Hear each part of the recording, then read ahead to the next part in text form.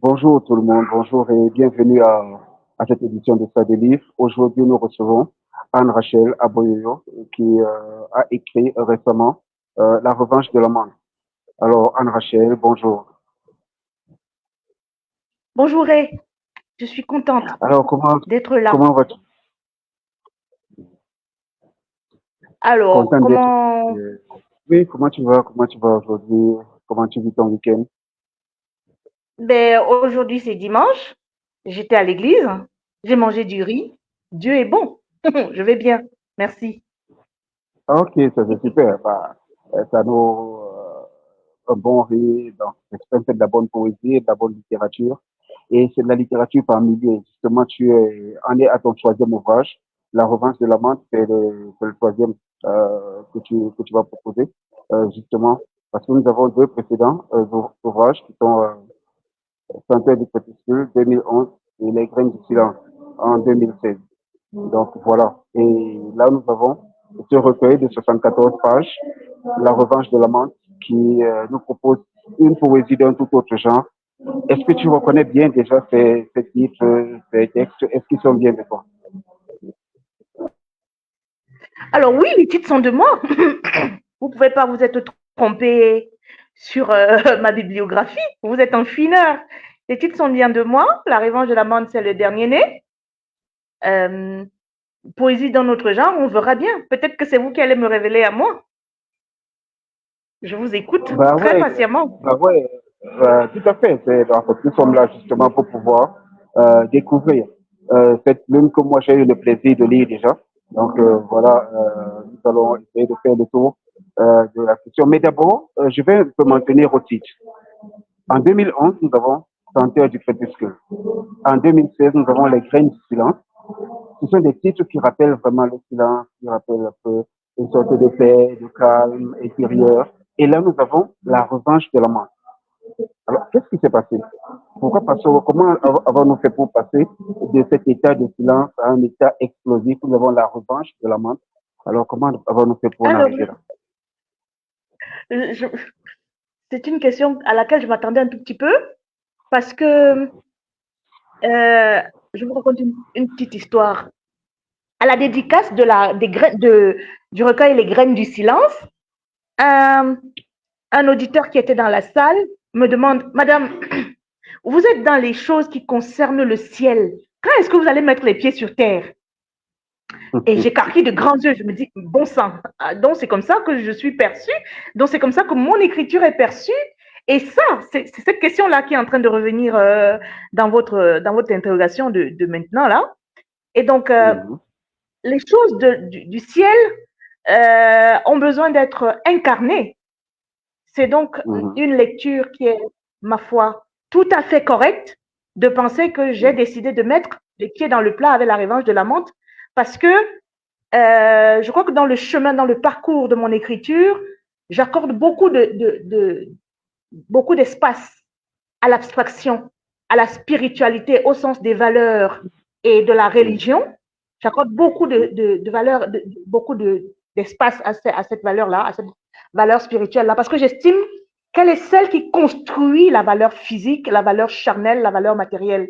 Et donc, pour ne mhm, pas être seulement incarné dans l'immatériel, j'ai effectivement décidé de mettre les pieds dans le matériel en commençant par ce qui est très, très proche du matériel, c'est-à-dire ce qui est charnel et qui a un rapport avec notre quotidien immédiat, la vie mhm, amoureuse, la vie de couple, la vie maritale, la vie de famille.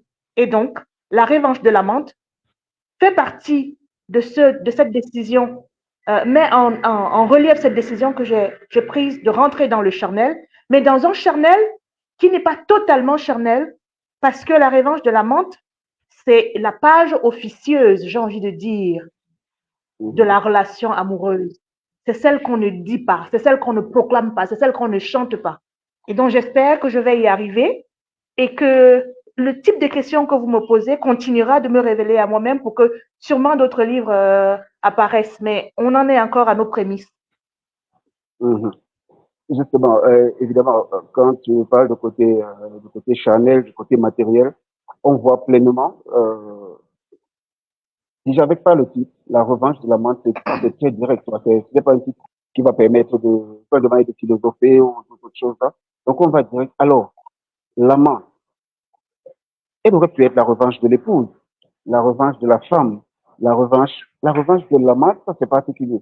Déjà, alors, euh, dans amant, comment concevez-vous l'amant vous, dans votre position de plume? Dans votre position de plume, comment, qu'est-ce qu'on peut attendre de l'amant selon Anne-Rachel Aboye? Alors, je suis contente que vous mettiez un pied dans le plat au même moment que moi, parce que dans la formulation de votre question, la première chose que vous demandez, c'est pourquoi c'est pas la revanche de l'épouse, pourquoi c'est pas la revanche de la femme. Et j'ai donc envie de vous dire, parce que justement, c'est ce à quoi aboutit dans mon imagination, dans l'imaginaire que je projette sur le livre, c'est ce à quoi aboutit ma réflexion et donc ma poésie sur la resémantisation du terme amante. Qu'est-ce qu'on appelle amante au sorti quand on est sorti de la lecture de la revanche de l'amante c'est l'épouse, l'amante c'est la femme, l'amante c'est la personne qui est amoureuse. Mais maintenant, ça, c'est l'imaginaire qui est projeté dans le livre. Celui qui est mis en application dans les transactions quotidiennes, c'est celui de l'amante, basiquement défini comme la personne de sexe féminin qui a une relation amoureuse avec une personne de sexe masculin. C'est tout. Sinon, l'autre définition basique dans l'imagerie populaire, c'est la femme qui a une relation amoureuse avec quelqu'un qui est marié. Et donc, cette relation amoureuse est officieuse pendant qu'il y a une relation officielle qui est promue. Et donc, l'amante, c'est la femme de l'ombre. C'est la femme de la cachotterie. C'est la femme du mensonge, entre guillemets. C'est la femme qu'on ne révèle pas. C'est un peu l'interdit. C'est un peu le tabou. C'est le pas qu'il ne faut pas franchir en public. Voilà. Et le recueil consiste donc à montrer que ce jeu de reflets entre l'ombre et la lumière est un jeu qui est finalement biaisé. Parce que tout le monde dans la relation, que ce soit l'amant, l'amante ou l'épouse, souffre du mensonge qui est relayé, alors que c'est une relation qui permet de vitaliser le couple, de vivifier le couple. Je peux vous dire de mémoire un des poèmes ouvroirs du recueil qui dit, dans lequel l'amante dit, j'ai plongé, Kamba, j'ai plongé mes mains dans la profondeur de la nuit et j'ai croisé Dieu. Il avait la forme de la compagne qui partage ta couche avec moi pour semer la douleur et égarer la démence. Vous voyez? C'est-à-dire que c'est dans cette danse qui initie un rapport presque rotatif, presque cyclique entre l'amant, l'amante et l'épouse que se situe la plénitude. Donc, la revanche de l'amante, ce n'est pas seulement la revanche de l'amante comme être officieux, comme être de l'ombre, c'est la revanche de la femme sur son être femme qui doit être pleinement assumée. D'accord. Et justement, étant donné qu'on est dans le côté femme, justement son être femme qui doit être assumée, dans un de tes poèmes, justement, tu vas écrire tu n'es pas née femme. Je vais prendre deux vers distants et que je vais rapprocher. Tu n'es pas née femme, tu es née femelle. Alors, quand on lit ces deux vers, quand on les rapproche, tu n'es pas née femme, tu es née femelle. Alors, l'appel qui est donné à la personne de sexe féminin, parce que je ne vais pas la définir là tout de suite, c'est avec la lecture et surtout avec la lecture que tu feras de la question que l'on comprendra un peu mieux ce qu'il y a. Est-ce que avec ceci tu rejoins cette pensée qui dit qu'on ne naît pas femme, on le devient? Alors, naître femelle, qu'est-ce que cela signifie? Est-ce que cela implique qu'on est né au service et on doit se battre pour grandir? Qu'est-ce que cela implique concrètement? Tu n'es pas née femme, tu es née femelle. Oui. Il y a beaucoup de clichés. Il y a beaucoup de clichés qui ont pignon sur rue, qui ont cours dans la société au sujet de la femme, parmi lesquels tu es né pour être piétiné, tu n'es pas machin. Mhm. Je ne suis pas dans les données communes. Maintenant, la pensée que D'accord. vous énoncez, que vous formulez, ça doit être en rapport avec l'écriture de Simone de Beauvoir dans Le Deuxième Sexe, parce qu'elle aussi, elle avait dit qu'il y a des degrés dans le devenir femme. Mhm. On n'est pas femme, on ne naît pas femme, on travaille à le devenir. Maintenant, il faut Mhm. faire attention aux canalisations des propos, parce que le propos de Simone de Beauvoir a été repris par les militantes. Ce n'était pas un propos militant au départ, c'était Bien une sûr. réflexion sur la condition féminine, un travail de philosophie, hein, et donc qui a été repris par les militantes. Et Simone de Beauvoir, je crois elle s'en est retrouvée, elle s'y est retrouvée à cœur joie, elle s'est retrouvée à cœur joie dans cette reprise Mhm. par les féministes. Moi, je ne suis pas dans la perspective féministe du tout, je suis dans un constat ontologique. C'est-à-dire que Mhm. euh, être femme, c'est, c'est d'abord un processus physiologique qui a un Mhm. rapport avec le déploiement de l'âge.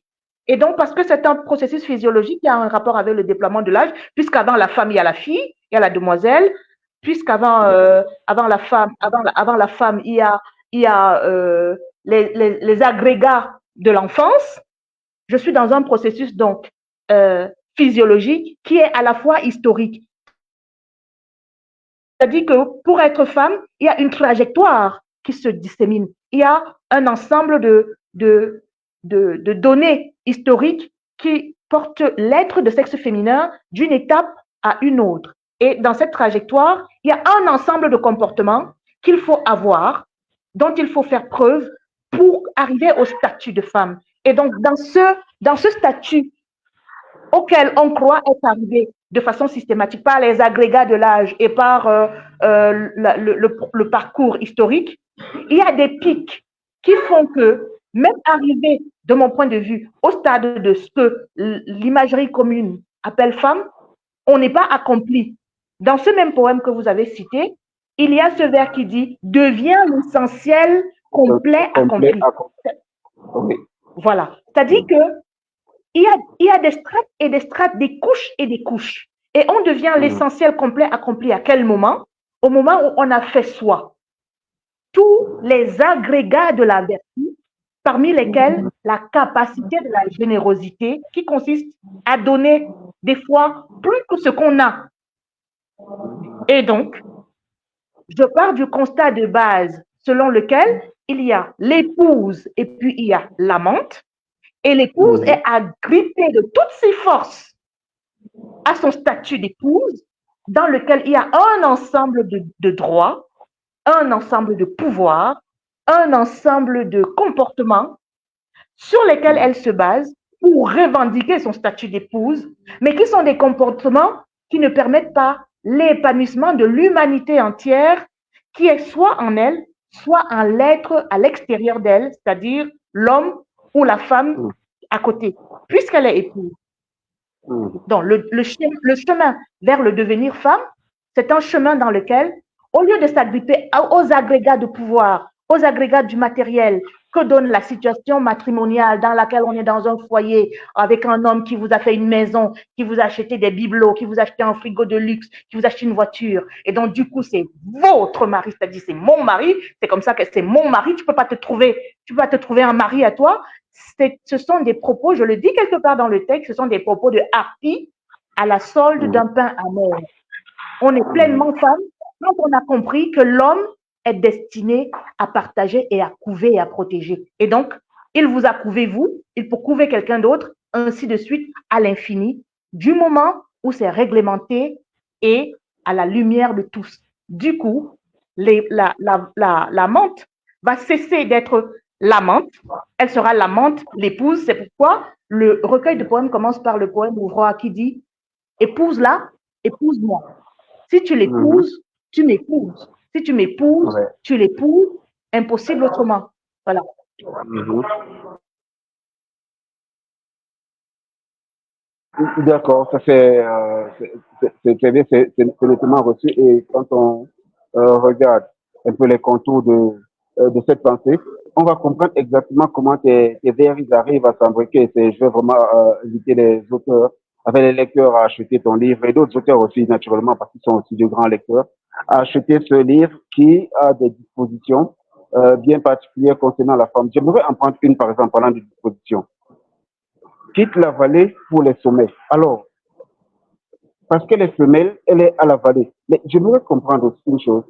Est-ce que cette vallée lui est naturelle ou alors c'est une vallée qui lui a été imposée? Parce qu'il y a un sommet. Si elle doit quitter la vallée pour la sommet, qui fait la vallée? Est-ce elle-même qui se constitue vallée et qui fait la négation de son sommet, et ce sommet qu'elle doit atteindre à nouveau? Ou alors c'est la société qui va la faire vallée pour qu'elle atteigne un certain sommet? Voilà. Alors, la balai, disons que c'est une donnée première. J'ai envie de dire que c'est une donnée première pour tous les êtres. C'est que D'accord. on arrive à la vie dans un environnement bien précis. Mhm. On, on, a, on commence à acquérir progressivement les mimétismes de l'environnement dans lequel on atterrit en tant qu'être. Si vous Oui. prenez un bébé, vous le mettez, un bébé de 6 mois, 3 mois, Mhm. vous le mettez au milieu des loups et que les loups ne le dévorent pas. Il va parler loup. À peu Bien près sûr. l'histoire de Tarzan, vous voyez. Si Oui, vous oui. prenez un bébé, vous le mettez dans un aquarium et que les conditions permettent qu'il vive dans l'aquarium, il va parler poisson, il aura des attitudes qui sont liées au milieu dans lequel il est. Et donc, ce n'est pas Mhm. forcément par opposition à ci ou à ça que le texte, de mon point de vue, les exégètes ont le droit de dire ce qu'ils veulent quand ils liront mon texte, Mhm. mais de mon point de vue, la vallée ne se positionne pas en rapport avec une, une comparaison quelconque. C'est une donnée Mhm. première. Et donc, D'accord. la donnée première, c'est la donnée de la femme comme femelle, puisque physiologiquement, elle est de sexe opposé à l'homme. Elle est la matrice dans Mhm. laquelle on dépose le bébé Oui, et oui. qui va porter le bébé. Ce sont des données basiques. Elle est l'être qui est censé être le contenu et qui arrive dans le contenant qui est le contenant masculin.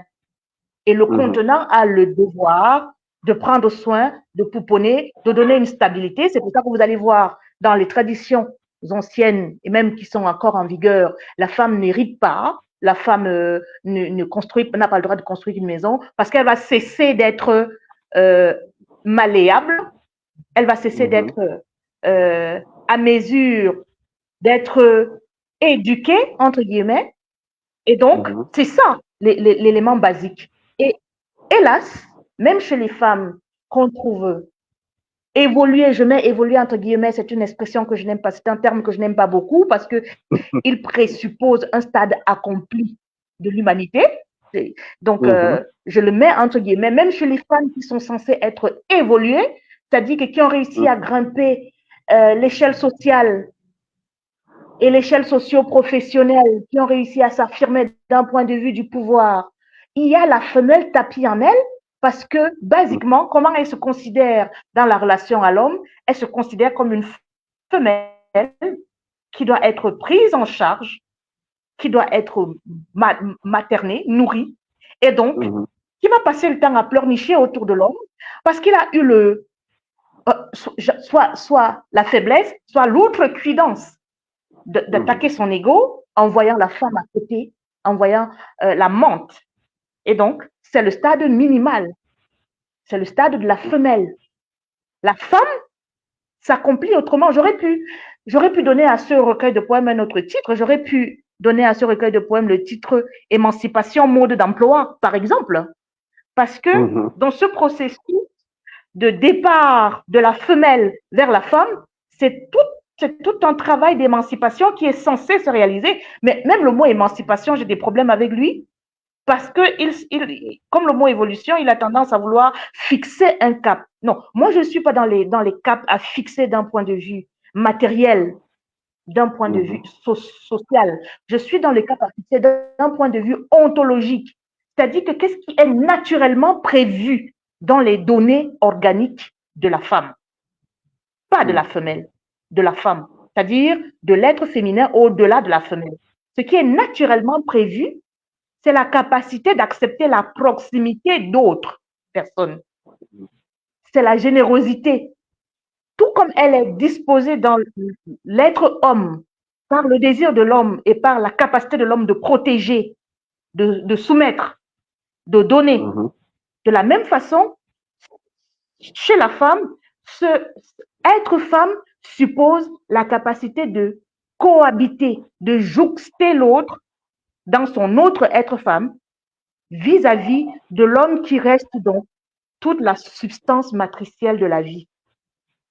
Vous voyez? Et donc, ce n'est pas, c'est une graduation ontologique, c'est une graduation spirituelle. Vous voyez bien que j'ai mis les pieds dans le plat, mais je suis restée très attachée à la spiritualité parce que c'est elle, de mon point de vue, qui façonne l'être intégral. Voilà. Ouais. Bien sûr. Et tout au long de votre recueil, nous avons 67 poèmes. Déjà, allons-y. Alors, retournons à des questions un peu plus élémentaires concernant l'écriture. Est-ce que 67, tu as décidé de t'en tenir à cela? Tu te dis, bon, voilà, je maintiens en 67, comme ça, peut-être, on ne sait pas, on a une question d'évolution parce que tout au long de ton texte, on doit aller d'un point particulier à un point supérieur. Bon, supérieur, pas dans le sens où le monde l'entend en termes de dispositions de puissance, d'impérialisme, mais supérieur dans le cadre d'amélioration de soi. Parce que l'appel que tu as pour les femmes dans ton texte le dit. Alors, maintenant, nous avons 67, tu vas nous faire 6, 7, qui est un nombre évolutif.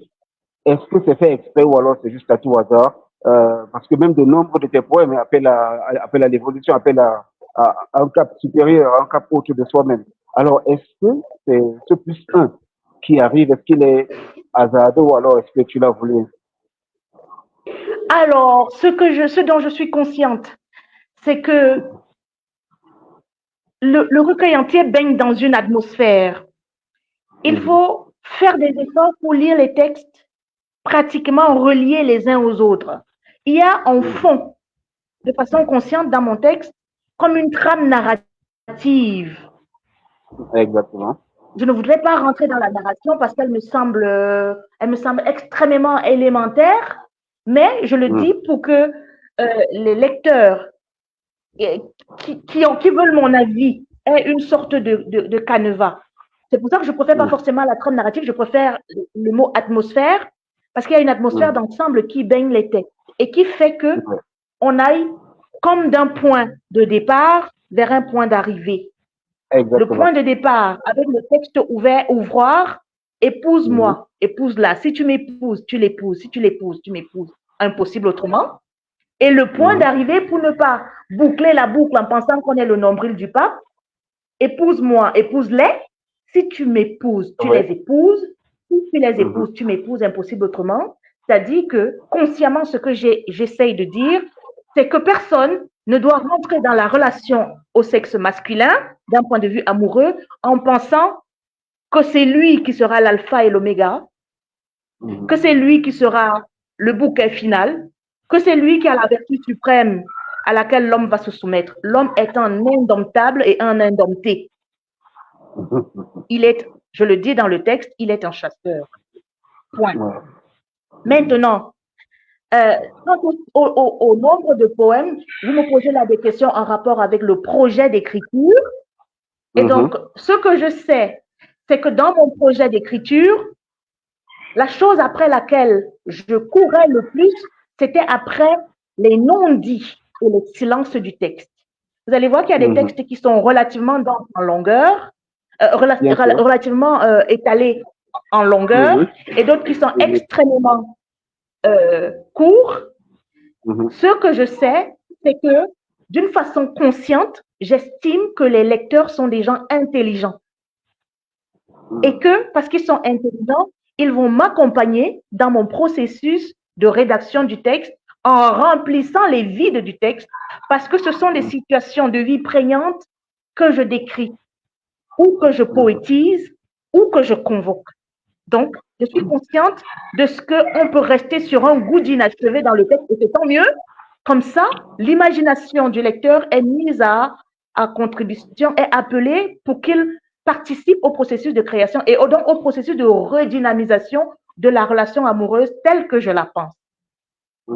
Maintenant, après avoir eu cette conscience-là, le nombre de poèmes, les éléments artefactuels qui consistent en la première et à la quatrième de couverture sont des questions éditoriales. Peut-être que j'aurais dû me faire accompagner par mon éditeur, mais il y a une bonne dose de non-conscient, pas d'inconscient, mais une bonne dose de non-conscient qui se sédimente dans tous les textes littéraires et qui échappent totalement à leur auteur. Et donc, c'est pour ça que je suis d'accord avec cette idée selon laquelle le texte littéraire est une bouteille jetée à la mer, attrape qui pourra, elle dérive le long des plages et des côtes, et elle atteint, moi, mon rêve, c'est qu'elle atteigne le cœur de l'homme avec petit h et le cœur de l'homme avec grand H. Bien, c'est très particulier déjà cette façon de se positionner, ce positionnement que tu as par rapport à l'écriture, et je veux qu'on reste un peu sur l'écriture. Moi, dans tes textes, j'ai eu cette réflexion, je me suis dit, Anne Rachel, ces poèmes, c'est comme des nouvelles. C'est quelque chose que le lecteur, il n'attend pas, mais avec quoi il va rentrer pour pouvoir étendre sa pensée. Ce ne sont pas des textes que l'on prend et on dit j'ai un tout, j'ai tout abouti.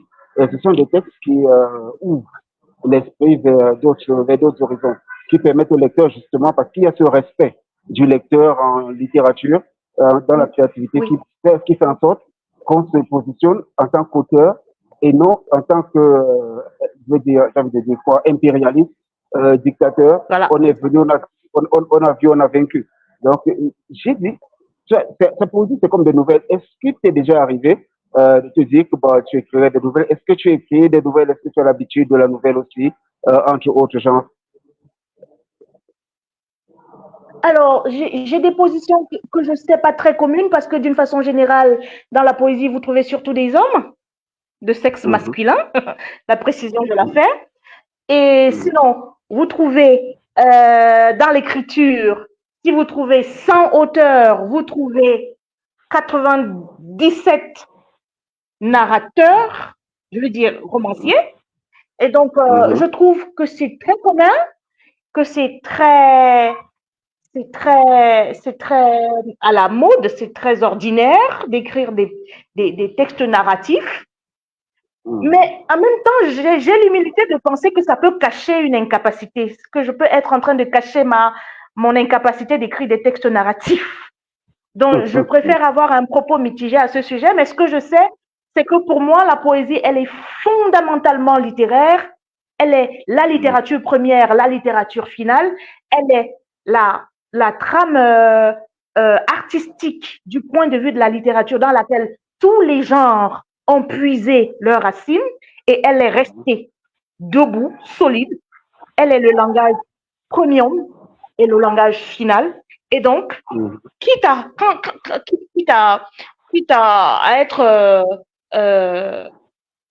être lu par une certaine frange de personnes qui sont restées attachées aux racines, je préfère m'en tenir à la poésie dans la mesure où elle est, le genre maximal, le genre littéraire maximal de mon point de vue, le genre littéraire élitiste de mon point de vue, parce que on y retrouve, vous voyez, la poésie, elle a tous les problèmes du monde pour être définie. Elle se détache à chaque fois des conceptualisations figées, fermées qu'on voudrait lui infliger. Elle est tout le temps en mouvement, elle est tout le temps en train de se réinventer. Vous avez aujourd'hui des formes comme le slam poésie, vous avez des formes comme la poésie de rue, il y a des formes, et puis il y a même des gens ce que l'autre a appelé dans son livre des omnis, c'est-à-dire des éléments non identifiés, des genres littéraires qui traversent la littérature pour se résorber en musique et qui se réclament de la poésie. Donc, c'est justement parce que la poésie est le genre inextinguible. Et c'est le genre qui se dérobe le mieux, de mon point de vue, à la vague de la matérialité qui veut qu'il y ait de tout prêt, tout cuit, ici, maintenant. Hein, la littérature, elle se donne très facilement, les textes narratifs, ils se donnent très facilement. Il y a une petite histoire là, et puis on a fini, et puis on pense même qu'on va y mettre des éléments de la vie de soi. On est dans les écrits de vie, par exemple, avec Annie Ernaux ou alors avec Brigitte Giraud, chez les auteurs français les plus en vue actuellement. Donc, pour moi, c'est trop facile de faire de la narration. C'est trop facile et donc ça manque un tout petit peu d'âme quand cette narration n'est pas suffisamment imprégnée de poésie. Vous allez voir, pour écrire du théâtre, le théâtre qui resplendit, c'est celui qui est imprégné de poésie. Pour écrire des textes narratifs romanesques ou bien des nouvelles, comme vous me suggérez, ou bien des contes, il faut que ça resplendisse de poésie parce que la poésie, c'est l'âme de la littérature. Et moi, étant fondamentaliste un tout petit peu sur les côtés, je préfère m'en tenir à la poésie parce que j'ai le sentiment que c'est le langage dans lequel je m'exprime le mieux, c'est le langage dans lequel ma pensée est la mieux formulée, c'est le langage qui me rend le mieux au monde et même dans le train-train quotidien, la poésie pour moi c'est un mode de vie qui vous distingue. Et donc, peut-être que j'écrirai des textes narratifs un de ces jours quand je serai fatiguée, quand j'aurai le sentiment d'avoir. Oui, mais pour l'instant, non. Non, pour l'instant, non. Ça s'entend. Est-ce que tu te considères comme une poétesse naturelle?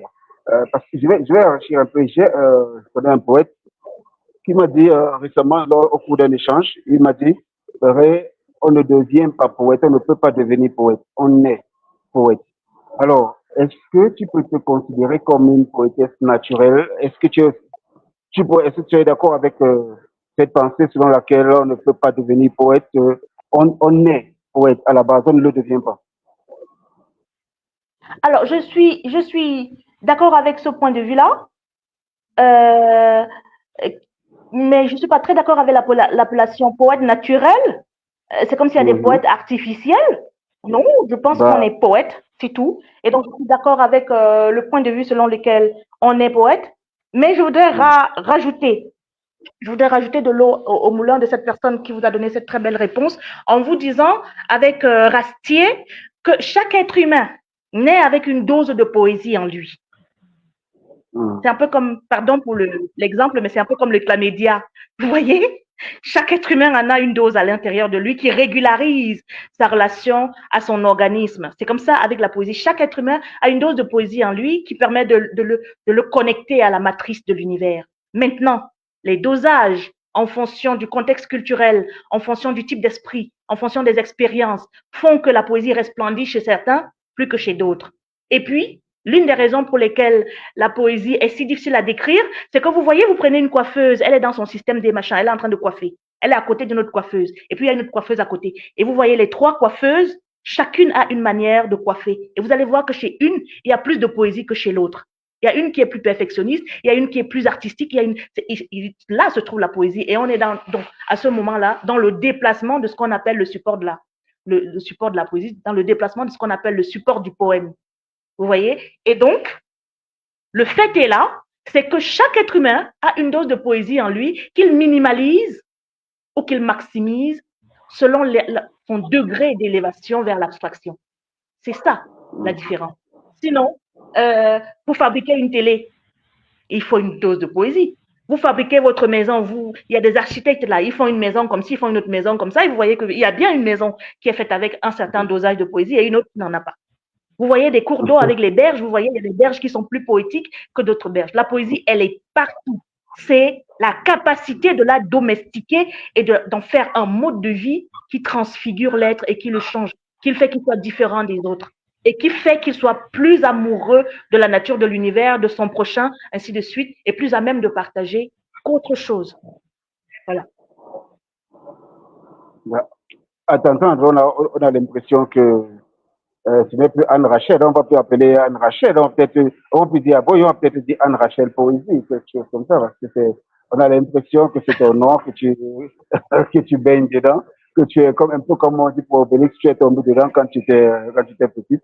Et donc, maintenant, la poésie, elle s'écrit, elle se diffuse. Alors, comment cette essence Comment cet essence, cet élément qui est porté par tous les gens, cet élément qui est retrouvé partout dans l'espace, comment se fait-il que la poésie ne soit pas le genre le plus couru, le genre le plus lu, le genre le plus recherché, le genre le plus fréquenté par les lecteurs? Alors, c'est une question qui demande de faire de rentrer dans des sortes d'études de la diachronie de la littérature. C'est-à-dire que, parce que, alors, au départ, dans les études universitaires, on apprend aux jeunes gens ce que c'était la chanson de Roland, ce que c'était la poésie médiévale, ce que c'était, voilà. Et puis, on leur apprend le cheminement de la poésie jusqu'à nos jours, pour montrer qu'effectivement, à la base de tout texte littéraire, c'est la poésie qui était là. Tout texte littéraire écrit en langue française. À la base, on écrivait les textes littéraires, quels qu'ils soient, en, en, dans le genre poétique. Ouais. Vous lisez Perceval de Chrétien de Troyes, c'est la poésie médiévale, c'est les textes antiques. C'était un roman, c'était des textes narratifs, mais écrits en vers. Vous prenez les textes de Corneille, dans le Cid, dans Racine et tout ça, ce sont des textes théâtraux, mais écrits en vers. Donc, maintenant, il y a un processus il y a un processus historique qui fait que il y a des mouvements sociaux, politiques, historiques qui font que on a des besoins de superficialité. Il y a le boom de l'ego avec l'écriture de Victor Hugo qui a libéralisé la subjectivité. Il y a les mouvements contre la Première Guerre mondiale avec l'écriture d'André Breton et tout ça. Tous ces mouvements structuraux de la littérature sont allés peaufinant la littérature et répondant aux besoins sociologiques et matériels qu'il y avait en face. Et l'esprit humain est allé se matérialisant, je veux dire, du point de vue du matérialisme, un peu plus si on lit les Marx, Karl Marx. C'est ce matérialisme-là qui a créé le malaise à un moment parce qu'il a eu tous ces agrégats, il a eu tous les agrégats de l'humanité qui l'ont suivi. Et dans ce suivisme relativement moutonnier, j'ai envie de dire, parce qu'il y a des romans qui sont extrêmement poétiques, mais il y en a d'autres qui ne le sont pas. Donc, dans ce suivi relativement moutonnier, le besoin de raconter, de narrer s'est développé avec une puissance exponentielle qui a éteint la valeur spirituelle, je veux dire, éteint, mais pas complètement, la valeur spirituelle qui nimbait les textes au départ. Et l'être humain allant de façon non réfrénée à la course du matériel, a oublié quelque part une partie de son essence spirituelle et donc a donné plus de pouvoir au narratif immédiat, parce que la poésie narre, mais elle ne narre pas de façon immédiate. Donc, les êtres et les êtres humains et leur environnement ont donné un pouvoir exponentiel au narratif immédiat qui est celui réalisé à travers le roman avec des situations extrêmement figées, schéma narratif, schéma actentiel, et puis on a des gens qui sont là, qui sont dans tout le processus de théâtralisation de la vie sans permettre une réflexion épistémologique sur la vie, un rapport à l'immatériel, un rapport à la transcendance, un rapport à Dieu. Et bonjour, la poésie a commencé progressivement à être écartée. Ça, c'est l'une des raisons. Maintenant, l'autre raison, c'est que dans ce processus d'innovation et de recherche de la matérialité, même les poètes ont subi un contre-coup. Parce qu'il y avait un désir d'innovation. Il fallait créer quelque chose, il fallait fabriquer quelque chose qui ressemblait au sexe des anges. Et comme on n'a jamais vu le sexe des anges, on se rapprochait à qui mieux de cette quête-là. Et donc, il fallait rentrer dans ce que les études littéraires ont appelé l'innovation à outrance. Et puis, on est tombé dans des impasses sémantiques. Le poème a cessé de dire de façon directe. Il a commencé à dire uniquement pour lui, uniquement par lui. Il s'est replié sur lui-même dans une certaine mesure et il est devenu une sorte d'illisible. Et pendant ce temps, le roman, le texte narratif, faisait son chemin, caracolait tous les hits pour raconter l'être humain et la poésie, elle, est reculée. Mais il faut bien comprendre qu'il y a des romans qui ne sont pas si accessibles. Il faut bien comprendre qu'il y a des poèmes qui ne sont pas si accessibles. C'est donc une question de culture de la lecture, c'est une question d'éducation du lectorat, c'est une question de médiatisation du fait littéraire. Et merci, parce que vous êtes là pour que cela soit fait de la façon la plus adroite qui soit. Voilà. Donc, c'est super. Et puis, ça me permet de penser à ceci, où on demande aux autres genres d'avoir de la poésie. On dit que ce genre il manque d'âme parce que quand la poésie n'intervient pas, quand son aspect poétique n'est pas placé, mais on ne demande pas aux poètes d'être romanciers, on ne demande pas aux poètes d'avoir de la dramaturgie, on ne demande pas aux poètes d'avoir de la nouvelle dans son texte, mais par contre, aux autres, on leur dit qu'il leur manque de la poésie. Et aussi une des raisons pour lesquelles la poésie, de façon individuelle, n'est plus recherchée. C'est comme si la poésie, maintenant, c'est devenu, je veux dire, les autres genres sont là, mais la poésie est l'accessoire majeur. C'est celui qui va sublimer tout ce qui est cet accessoire, qui va sublimer tous les autres. Et alors, de façon détachée, on se dit que si c'est pas collé à quelque chose, bon, peut-être qu'on ne va pas s'arrêter pour lire la poésie aujourd'hui. Peut-être, qu'est-ce que tu penses un peu de cet aspect? Est-ce que la poésie n'est pas plus belle quand elle est l'accessoire du romancier et genre, il fait de ce roman quelque chose de plus grand?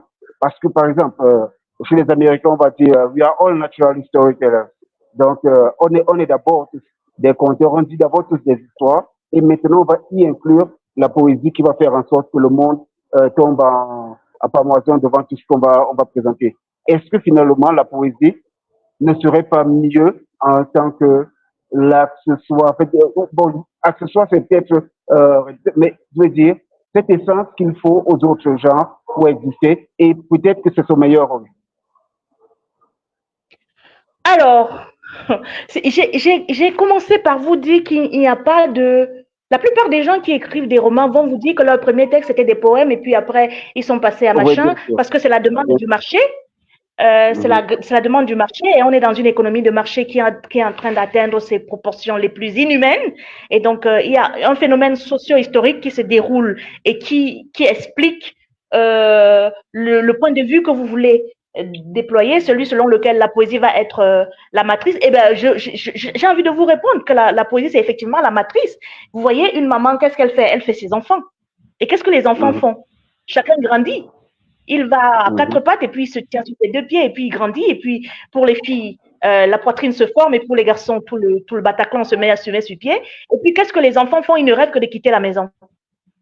Quel Mhm. que soit ce que vous leur avez donné, quel que soit ce que vous leur dites, la seule chose qu'ils rêvent de faire, c'est de quitter la maison. Quitte à revenir quand les 50 ans sont en train de sonner à la porte et en se rendant compte qu'en fait, il y avait une chaleur, il y avait quelque chose. C'est là-bas à la base. Vous voyez, c'est ça la tragédie de la poésie et à la fois sa beauté. Ça, c'est une chose. Maintenant, l'autre chose, c'est que parce que c'est le langage, parce que la poésie, c'est la maman. Il y a des mamans qui sont folles, pardon pour l'image, Mhm. carrément schizophrènes. Il y a des mamans Mhm. qui sont acariâtres.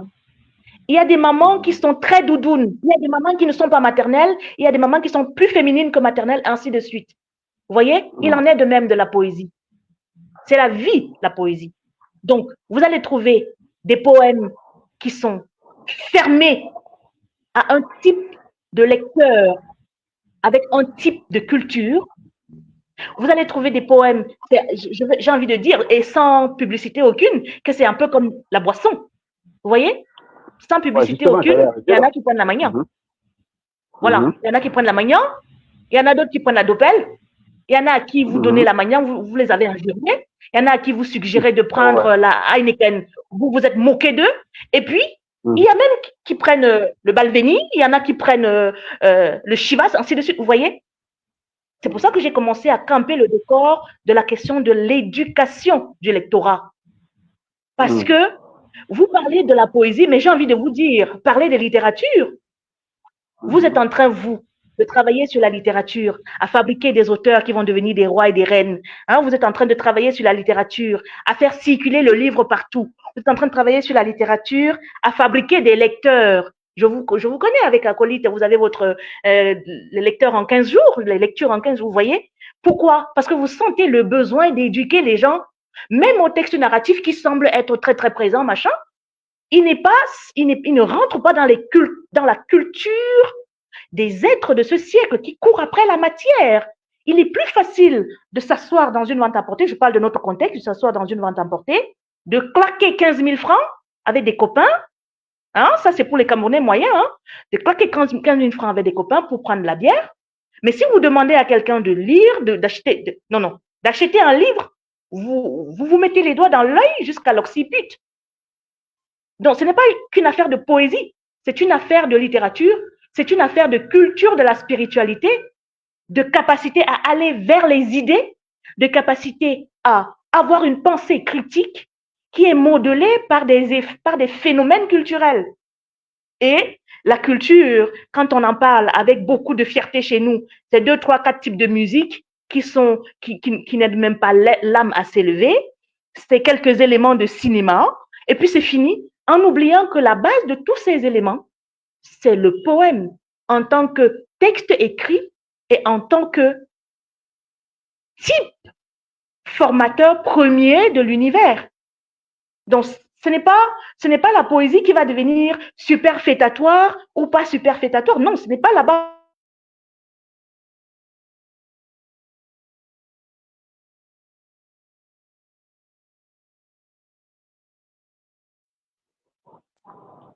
Alors, tu me suis?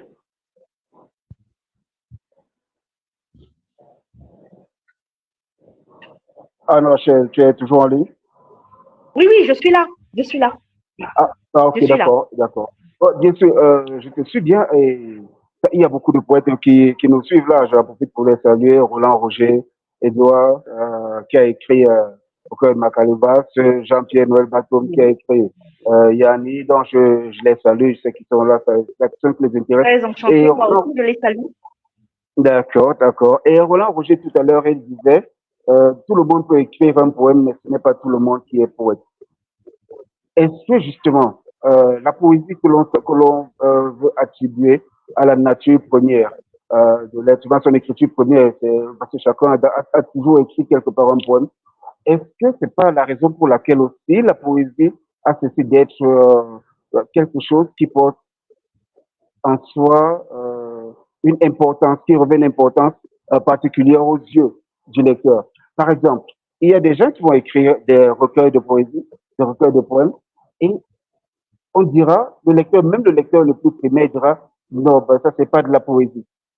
Et parfois on dira à ce lecteur, ben, non, c'est parce que tu ne connais pas la poésie, parce que tu veux peut-être qu'on te lise du Victor Hugo ou toute autre chose. Est-ce que c'est pas parce que les gens prennent peut-être, comme tout le monde qui partait faire la série, qui partait faire les lettres à l'université, moi quand j'étais encore au collège, tout le monde pensait faire les lettres parce que les gens disaient que c'est plus facile ou alors c'est moins difficile que d'aller faire mathématiques, d'aller faire les autres sciences et tout le reste là. On disait qu'on fuyait les calculs. Alors est-ce que la poésie, dans cette facilité qu'elle offre, n'est surtout pas l'endroit où viennent se réfugier tous ceux qui ont du mal à écrire un roman, à faire une nouvelle, à réaliser, c'est pas votre pièce un théâtre, quelque chose comme ça. Est-ce que la poésie n'est pas aussi ce foutoir là, pour dire ça comme ça entre guillemets? Voilà. Vous posez là vous posez là le problème de la qualité des textes poétiques. Et j'ai envie de vous dire, comme je vous disais tout à l'heure, que la qualité des textes poétiques est fonction de la qualité, est semblable à la qualité de la littérature qu'on produit d'une façon générale. Vous voyez, il y a effectivement ce que Pabé Mongo appelle le tout venant dans son livre théorique, la Nolika. Et le tout venant, ce n'est pas seulement en matière d'écriture poétique. Il y a une première chose qu'il faut comprendre, c'est que il y a une question de génération. Les premiers auteurs, surtout dans notre contexte camerounais, on est dans les années 60 par là. Ils écrivaient un peu par mimétisme, un peu comme un faire-valoir parce qu'ils étaient allés à l'école finalement, et l'école n'était pas encore la chose la mieux partagée. On n'avait pas des docteurs à la pelle au mètre carré, on n'avait pas des licenciés à la pelle au centimètre carré, vous voyez. l'école Ouais. l'école formelle telle qu'elle se déploie aujourd'hui n'avait pas atteint le degré d'alphabétisation n'était pas aussi grand que celui qu'on a aujourd'hui. Et donc, l'affaire est allée se démocratisant au point où tous les lettrés, j'ai envie de dire, tous les diplômés, mineurs ou majeurs, pensent qu'ils ont quelque chose à dire en matière de littérature, pensent qu'ils ont les agrégats nécessaires pour écrire, que ce soit des poèmes, que ce soit le théâtre, que ce soit des textes narratifs. Et là, il y a donc un problème de sélection naturelle qui est lié à la fois à la culture, à la fois à la démarche scolaire et académique, mais surtout au génie créateur. Parce que moi, je pense que la poésie est une donnée première tapie en chaque être humain, tout comme la capacité de narrer est une donnée première tapie en chaque être humain. Tout le monde peut raconter une histoire et une fabuleuse histoire. D'ailleurs, toute vie est une tragédie dans laquelle on peut puiser un magnifique roman. Toute vie. Maintenant, quand est-ce que cela devient artistique? Cela devient artistique quand on a réussi à convoquer l'âme, c'est-à-dire la volonté de traduire quelque chose, de les mécanismes, parce que l'art, qu'on le veuille ou pas, est une question de profession aussi. Et donc, il y a des mécanismes, et je prêche à un converti, j'enfonce une porte ouverte, puisque vous êtes un coach en littérature. Donc, il y a des mécanismes basiques qu'il faut réussir à s'approprier pour produire de l'art. Et en fin de compte, il faut que tout cela soit porté par le génie. Et le génie, il se définit basiquement avec Zola, qui définit l'œuvre d'art comme un coin de l'humanité vu à travers un tempérament. Il y a quelque chose que vous dépistez et que vous traduisez, soit dans votre poème, soit dans votre peinture, soit dans votre sculpture, soit dans votre roman. Vous voyez? Et ces trois ingrédients ne sont pas réunis chez la plupart des créateurs. La dernière chose que je vais ajouter, c'est que dans le cadre de la littérature, de la poésie comme des autres romans, on ne peut pas écrire si on n'a pas lu. Moi, si on me demande, qu'est-ce que tu conseilles à un jeune auteur? La première chose, je crois que j'ai répondu à ça dans une précédente interview, la première chose que je vais demander, c'est de lire. Et j'ai des chiffres, des nombres faramineux qui semblent faramineux pour les autres, que je suggère. Est-ce que vous avez lu 300 livres? Est-ce que vous avez lu 500 livres? Ce que vous allez écrire, vous êtes sûr que c'est vous qui allez trouver la formule pour fabriquer le fil à couper le beurre? Et pourtant, chacun arrive là avec les notions d'écart et de normes qui ont volé en éclats. Chacun pense qu'il est le nombril du pape et qu'il est en train d'amener la graine suprême qui manquait à l'univers pour qu'il soit enfin parfait. Donc, moi, dans ces cas-là, je me place de profil. C'est pour ça que je fais très, très attention à mes points de vue, parce que je ne suis pas sûre que moi-même, je suis si balèze que ça. Donc, je me place de profil et j'admire les autres en claquant des mains avec sincérité. Quand il y a de l'art dans ce qui est fait. Quand il n'y a pas d'art, on va sombrer. On va chercher à tirer les ficelles, à tirer sur les ficelles. Ce n'est pas la poésie, c'est le roman, c'est pas le roman, c'est le théâtre. D'ailleurs, tout ça, c'est zéro. Ce qui est idéal, c'est d'avoir une très jolie maison, c'est de rouler dans une belle bagnole. Et puis, voilà, non, ça même, vous voyez, il y aura toujours un ensemble de petites querelles qui vont chercher à classifier qui est le premier, qui est le plus fort, qui est le plus grand. Ce sont des querelles dont moi, je me méfie un petit peu, oui. Donc la poésie, pour moi, il est impossible de vivre sans. Oui. Impossible de vivre sans, bien sûr, ça c'est ce que l'on va. Juste pour boucler cette partie, je regardais, ça c'est un film des années 90, ça fait il y a pas mal de temps que j'ai regardé ce film-là, où il y avait un monsieur, un parrain de la mafia qui cherchait un tueur à gages. Alors on lui a ramené deux types, il les a regardés, il a dit que non, il ne veut pas déboucher. Ces gars qui pensent que sous le prétexte d'avoir étudié 2 ou 3 théories, sont capables d'écrire un roman. Lui, il a besoin d'un poète. Donc, il veut un poète, quelqu'un qui fera en sorte que la famille puisse justement enterrer je sais pas voir son fils, son mari, autre chose et tout le reste. Et alors ça m'a aussi un peu alerté. La façon dont la poésie est conçue, et c'est exactement ce que tu as relevé dans divers domaines, et même chez ceux qu'on va appeler des tueurs à gages, on veut des poètes.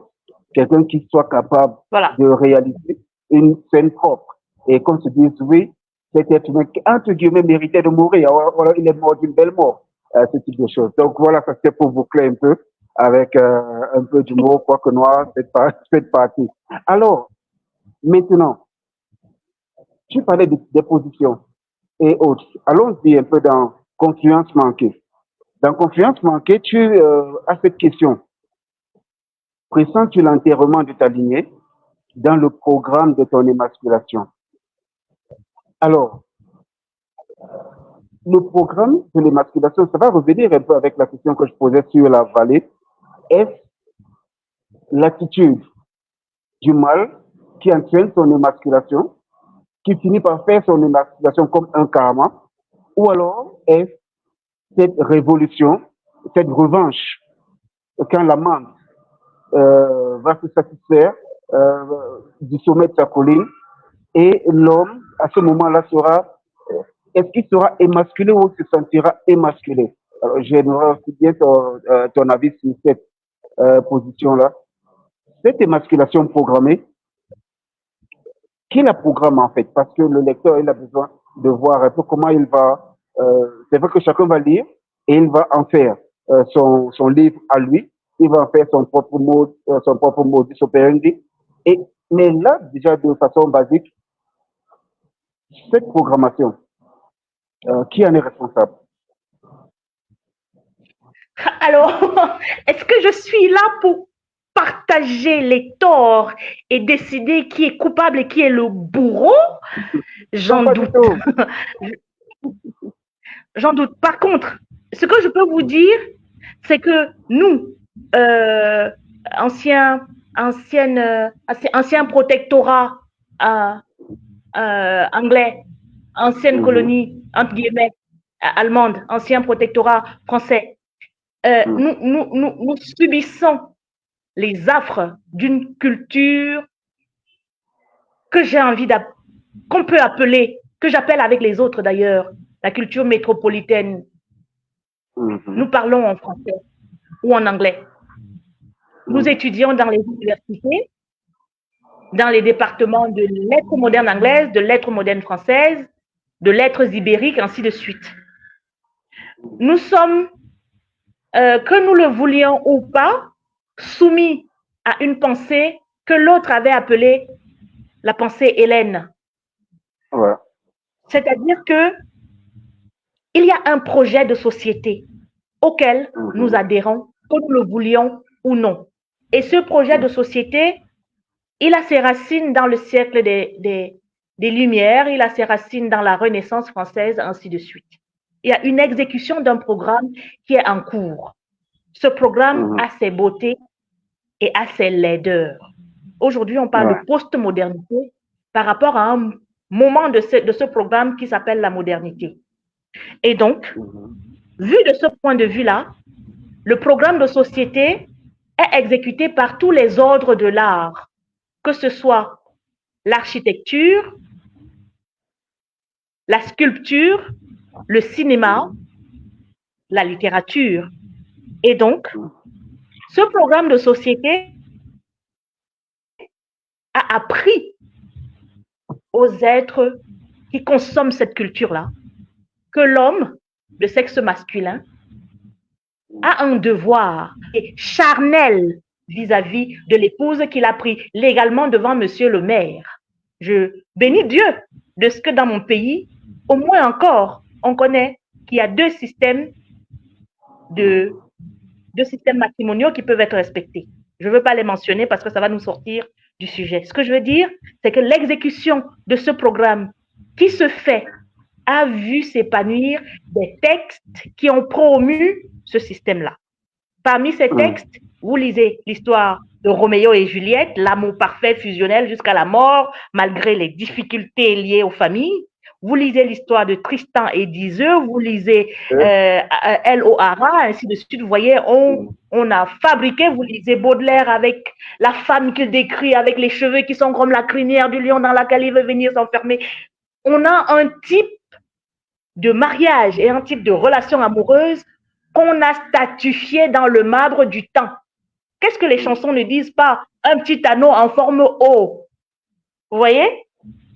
Je vais m'arrêter là. Pour dire que ce programme-là, qui a commencé à s'exécuter, il avait commencé à s'exécuter quand moi, je n'étais pas encore née.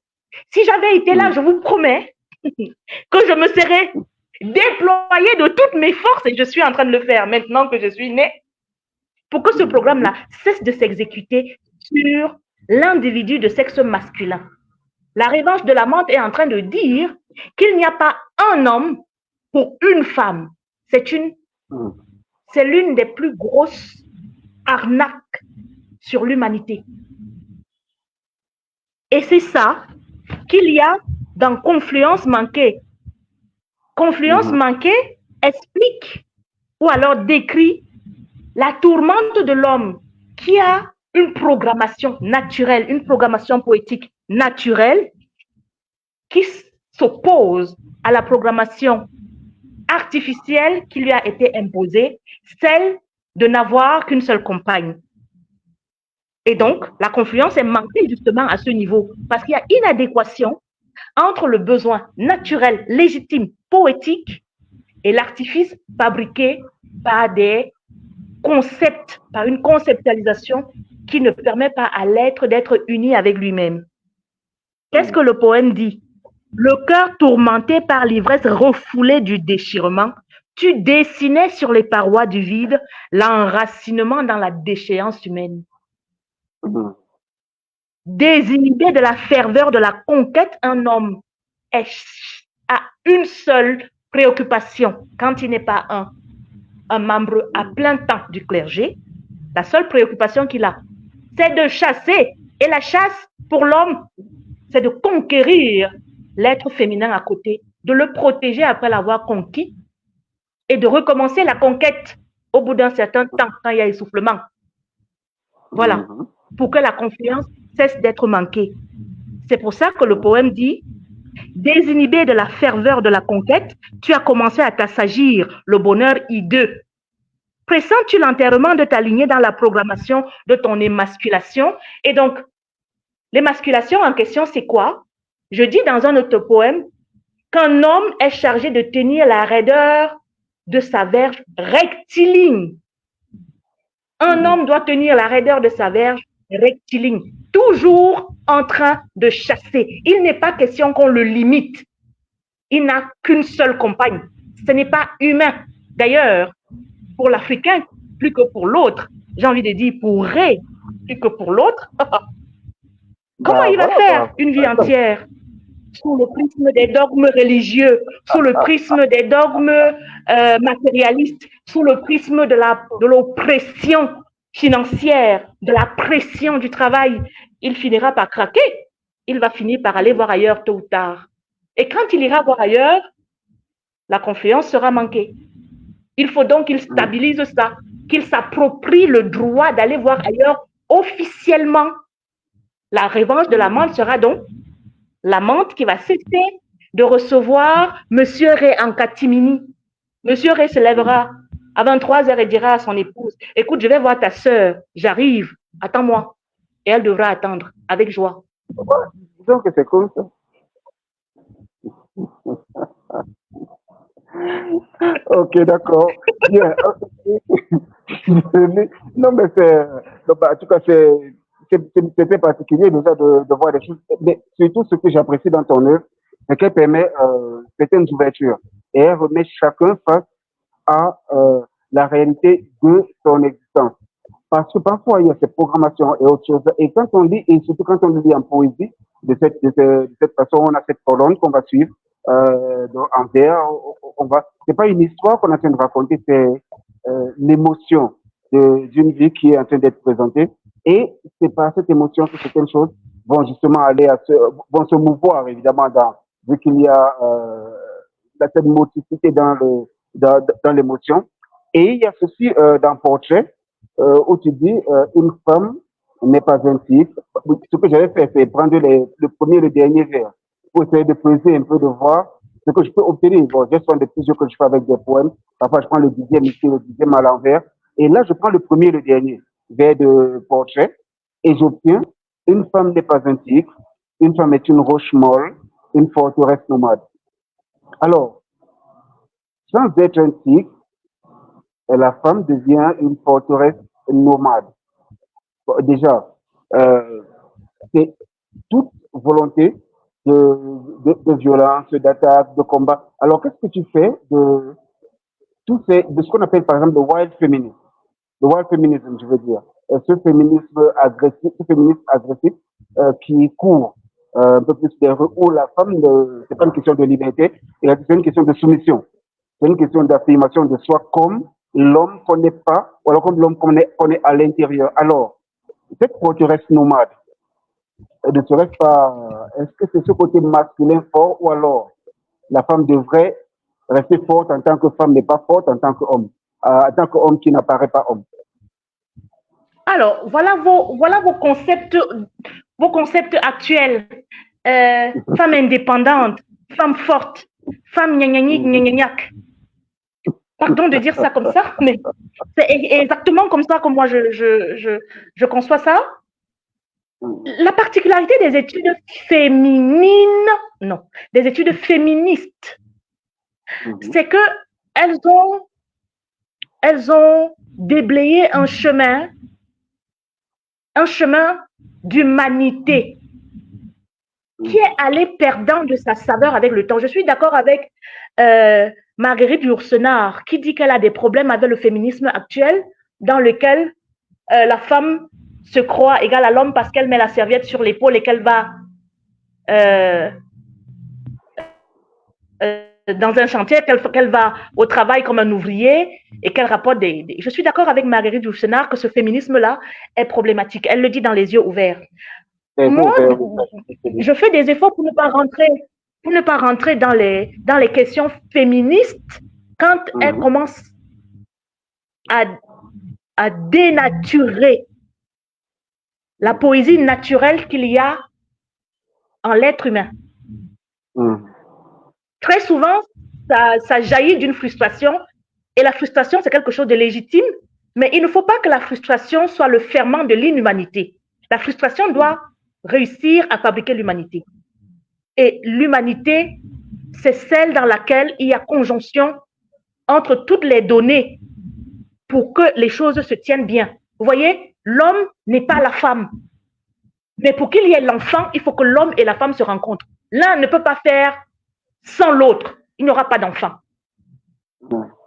Quand on a dit cela, la femme qui devient, elle ne devient pas, elle est fondamentalement une roche nomade, une roche molle, une roche nomade. Oui. Pourquoi? Dans la tradition africaine basique, les enfants portaient le nom de qui?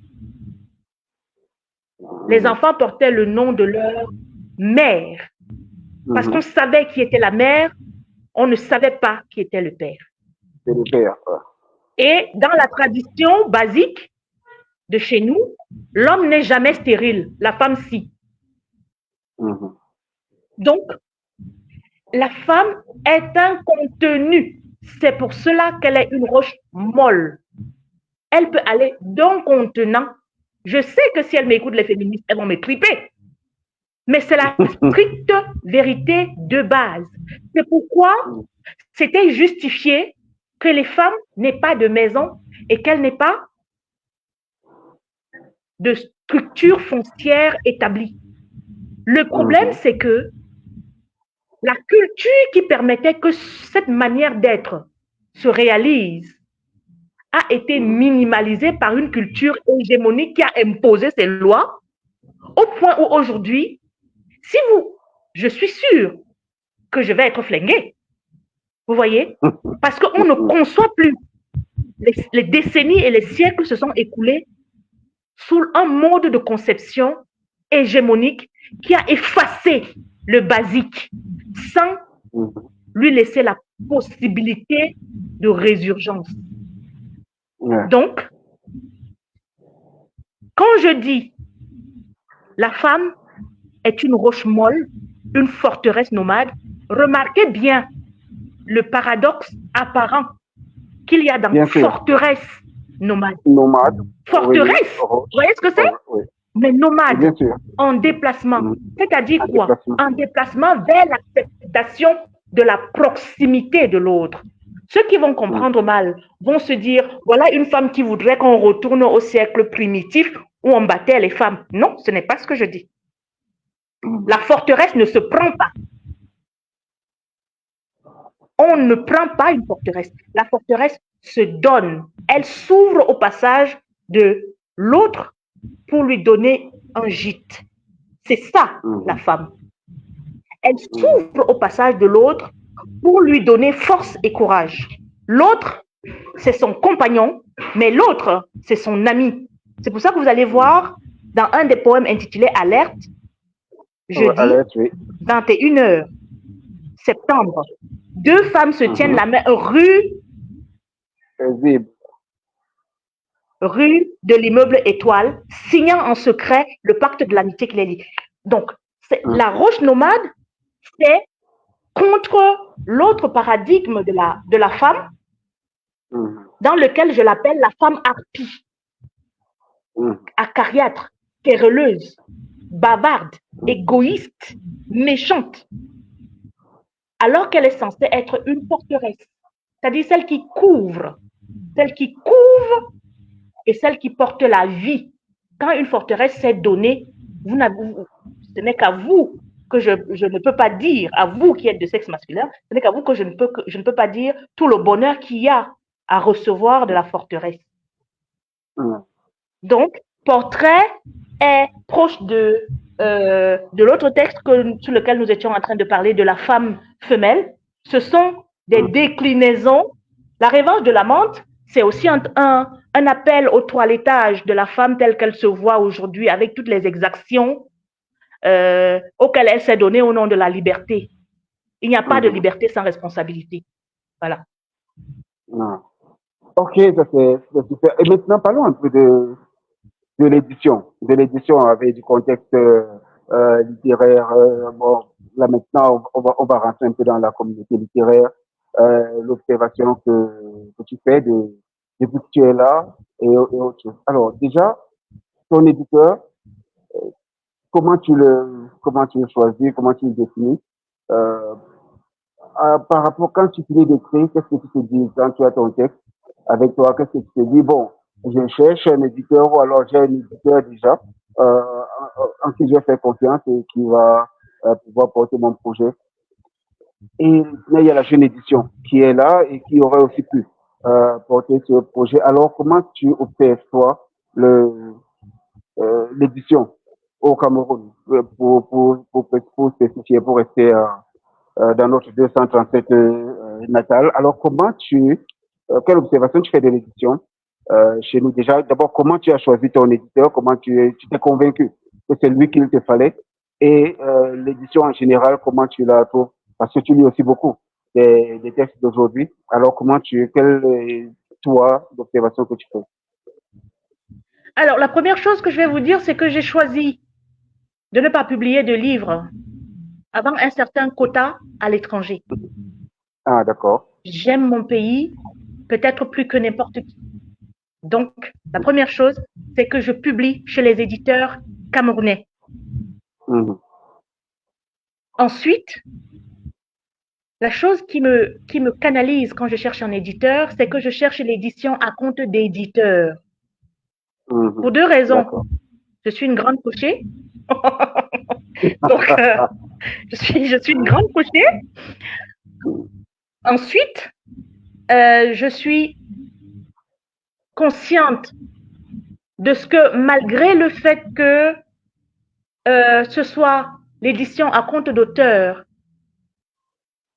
qui a pignon sur rue, il y a une plus-value en termes de conscience de soi et en termes de valeur de soi qu'un D'accord. écrivain a de se faire publier à compte d'éditeur.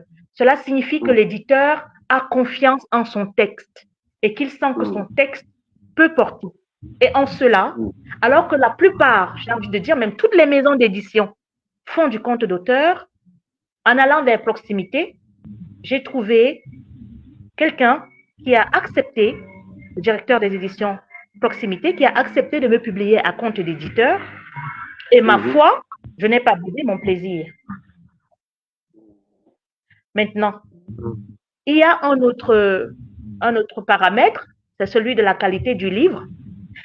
Je Ouais. ne suis pas très déçue de la qualité du livre qui est en face de moi. Mm, Maintenant, vous, en tant que mastodonte dans la littérature de chez nous, vous me direz si en termes, même en offre, hein, vous me direz si en termes de mm, qualité du livre, on y est. Et donc, ça fait une autre motivation pour aller vers cette maison d'édition qui m'a accueilli. Vous voyez que quand vous faites le parcours, vous voyez la première maison d'édition, je n'y suis pas retournée. La deuxième, je n'y suis pas retournée parce que justement, je cherche là où il y a un crédit alloué à la valeur du texte littéraire et là où il y a un mm, certain sérieux. mm. Voilà. Maintenant, tu es aussi conscient que euh, l'éditeur qui va prendre le compte d'éditeur, qui va offrir le compte d'éditeur est celui qui déjà va considérer son écriture, en fait, ses auteurs à partir d'un certain niveau, ses auteurs en compte d'éditeur aussi. Bon. Très souvent, c'est ce que nous avons malheureusement dans ce contexte, parce que le compte d'éditeur n'est pas toujours offert, même quand l'auteur, il a un potentiel qui est remarquable, qui est visible. Les éditeurs à compte d'éditeur, ils sont très peu nombreux et leurs auteurs à compte d'éditeur, parce que les mêmes éditeurs font aussi du compte d'auteur, bien sûr. Donc, Oui, leurs auteurs à compte d'auteur sont surtout les auteurs qu'on va retrouver dans le tout venant, bah, on va le dire comme ça, c'est surtout, même si parmi les oui, comptes d'auteurs, il y a de bons, il y a de belles pépites. Avec Pauline, on en déniche tout le temps, on en voit tout le temps qui sont à compte d'auteur et parfois on dit à leurs éditeurs, non, mais soyez un peu plus ouverts. Mais parfois, l'éditeur, il va regarder le nom de l'auteur, la fonction de l'auteur et tout autre.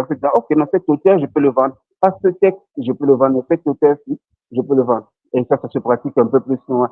Si on a peut-être là, on a quelqu'un qui se ramène avec un grand titre, avec de belles épaules, et il se présente là, on va dire, ah, que non, lui, je peux le vendre. De telle sorte que maintenant, la littérature, elle ne passe pas vraiment. Et donc, on saute juste d'auteur en auteur, de ce qu'on vend à ce qu'on vend à ce qu'on vend pas. Et finalement, on se retrouve avec un circuit bouché en ce qui concerne la circulation du livre. Donc, et c'est ça qui introduit donc mon autre question. Question lectorat, quel est le retour que tu as? Par exemple, au niveau de tes ventes, je rappelle que le livre c'est 2025, bien sûr, mais déjà, avec tes précédents livres, qu'est-ce que tu reçois comme retour de lecture? Est-ce que les gens, ils les achètent? Est-ce que ça les intéresse?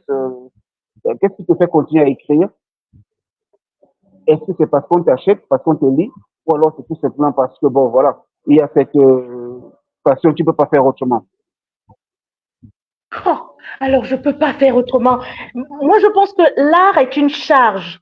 Quand on est chargé, on ne rêve que de se décharger. Et donc, la valeur pécuniaire, je suis d'accord avec Fernando d'Almeida, que quand on est un poète, et surtout dans les conditions socio-historiques de notre pays, il faut commencer à regarder la valeur pécuniaire avec un certain recul.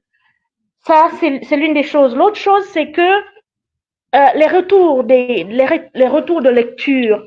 Bon, si un ami m'appelle, me dit, écoute, j'ai lu ci, ça me plaît, machin, je m'en tiens à ça.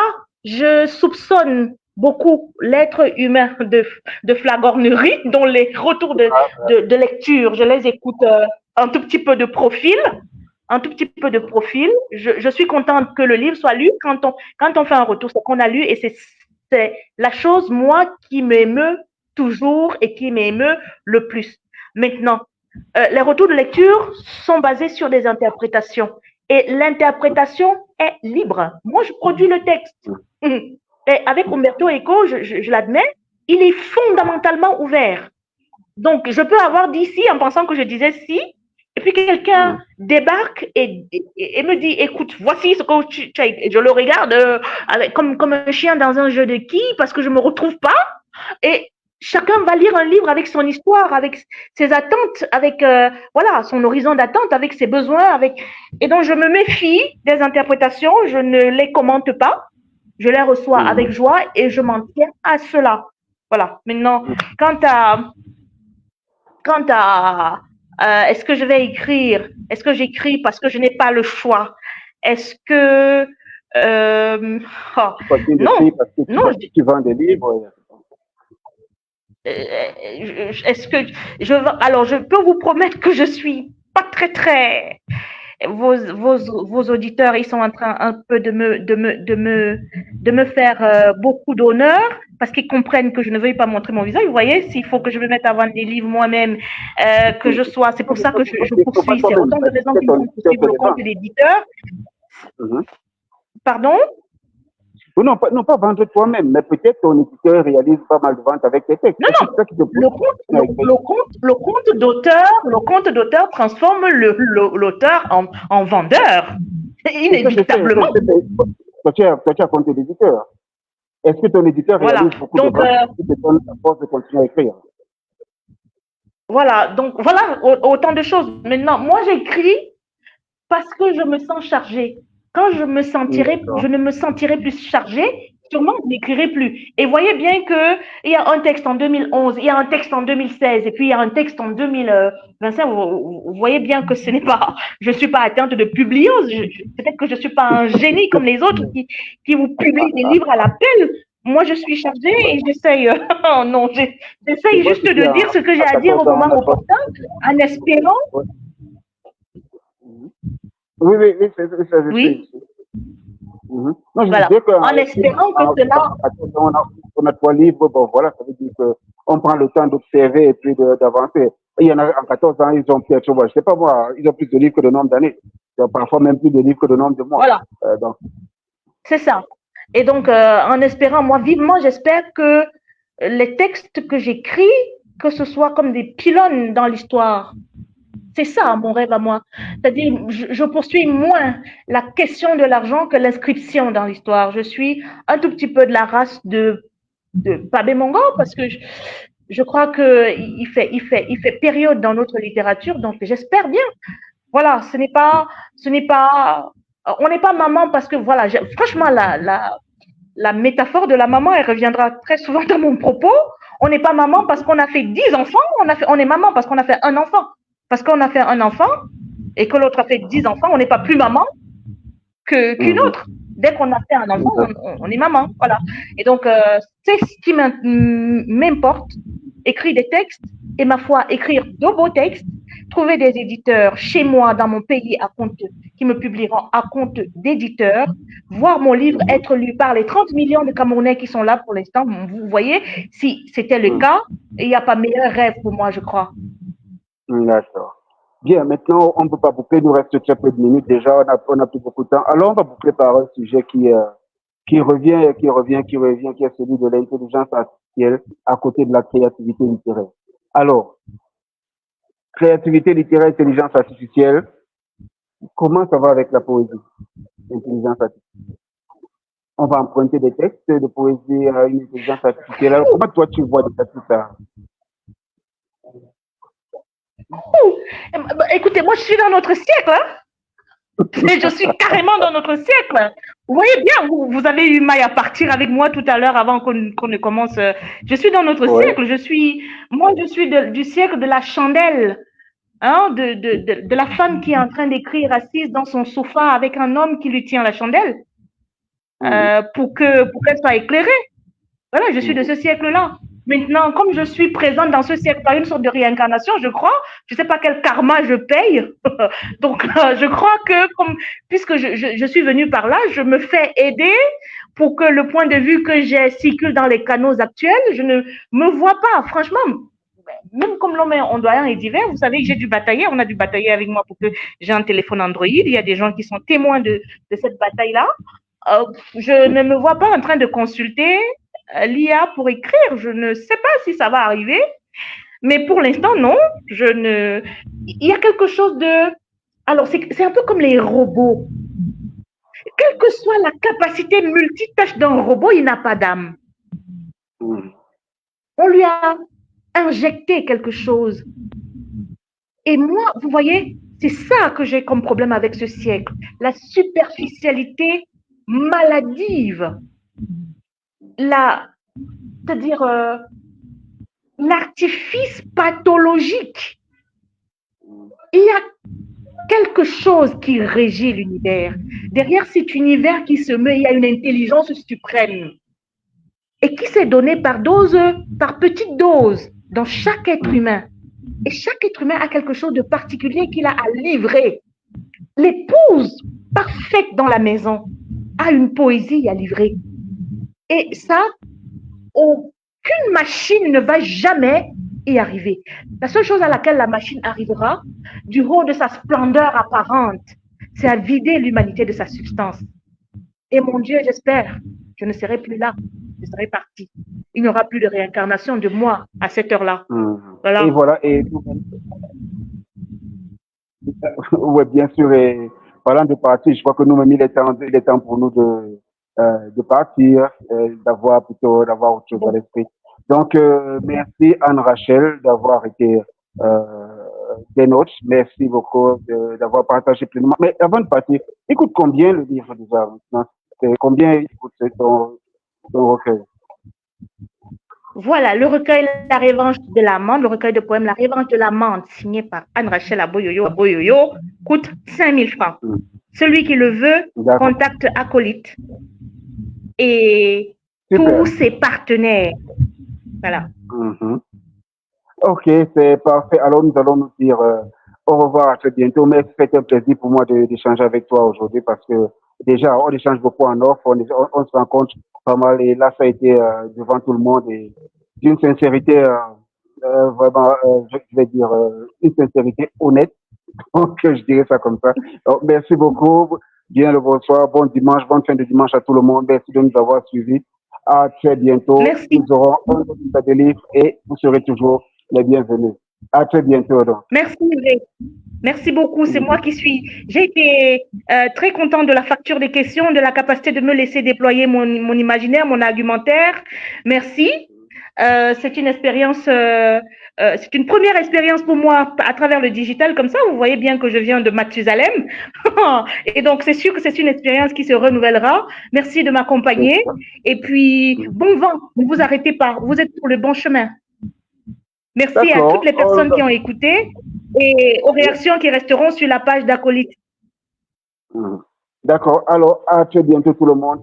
Merci encore. Et pour une littérature dynamique, Acolyte sera toujours là.